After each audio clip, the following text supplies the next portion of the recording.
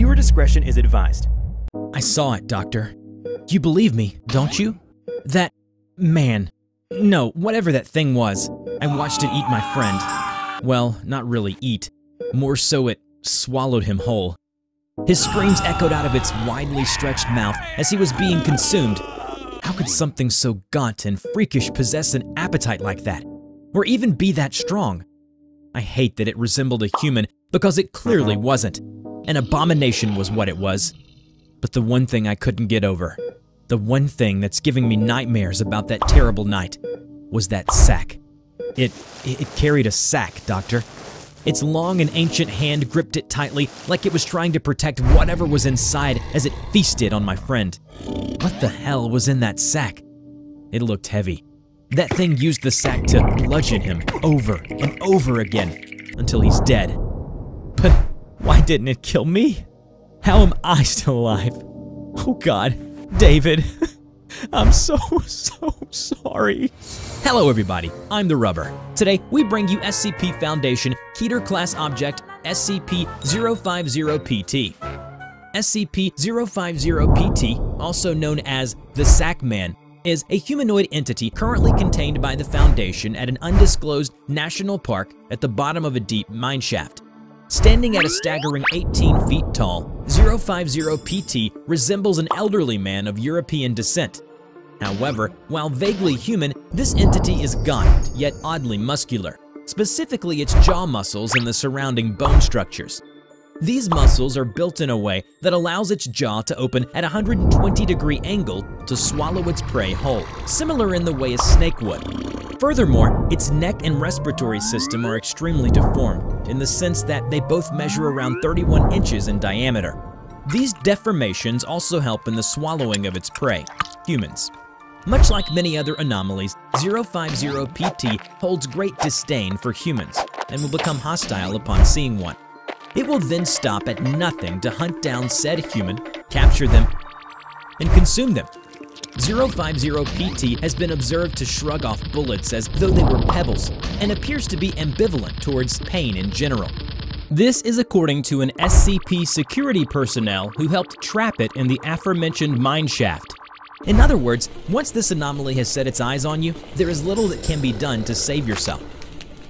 The anomalous abilities of 050-PT do not end with just its insatiable appetite for humans and its grotesque jaw. No, upon consuming its prey, 050-PT will grow in size by 1% for every hour it digests. SCP researchers hypothesize that if left to its own devices, 050-PT could grow indefinitely. The last thing the Foundation needs is another gigantic anomaly that cares not for pain, feeds on humans, and has the potential for more anomalous abilities as it grows larger. What is most peculiar about 050-PT is that it carries a leather sack in its right hand. The bones in its right hand are observed to be incredibly deformed and crippled as a result of its constant and insanely tight grip on the sack. Despite the researchers' best efforts, no one could determine what was being held in that sack, or why 050-PT held it so firmly in its grasp. And so, the Foundation did what they'd always do in this type of situation, monitoring the anomaly in question 24/7 and keeping an MTF nearby in case things go south. Shortly after 050-PT was lured into the mineshaft where it currently resides, several Foundation agents and witnesses in the area discovered a large number of odd-looking bones and skeletal remains. Upon further examination by Foundation researchers, they have determined that these bones are the remains of other entities like 050-PT. What's more, the bones were revealed to be quite old enough to mean that these entities had been lurking in the area for untold generations. What was most upsetting was that despite the age of the bones, they were not brittle, nor had the appearance of age to them at all. The Foundation would have never known that the bones were thousands of years old if they hadn't dated them. Furthermore, after stress testing them in mechanical vices, let's just say the bones beat the machines. This leads the researchers to believe that killing these entities would require an obscene amount of force. Due to its incredible durability and bullet-resistant skin, the Foundation is in for it if 050-PT ever escapes.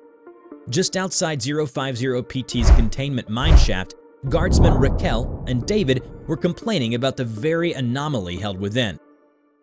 "I say we just kill the damn thing. It's trapped in a mine shaft and has made no attempts to escape. Why is the Foundation dragging their feet around this and letting it live? So that they can experiment and run more of their little tests? I mean, sure, bullets and conventional weaponry don't do anything against it, but come on, don't we have plenty of firepower on standby in some warehouse or something? We could just use those and blast the damn thing away. Are we seriously going to wait until that man-eating thing grows large enough that we can't even hurt it? Eventually, it could even break through the walls," David said and nodded furiously. "Seriously, what is the O5 Council doing? I have to admit, sometimes I think the Foundation should act a little more like the Global Occult Coalition. There are some things that we just cannot let live, or live long enough that they become a threat. I don't care if the Foundation fires me for saying all of this.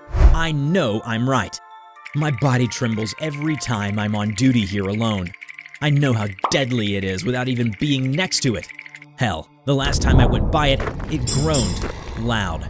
I'm not talking about the usual monstrous groaning. It was calling out to something. Someone. God, we have to do something.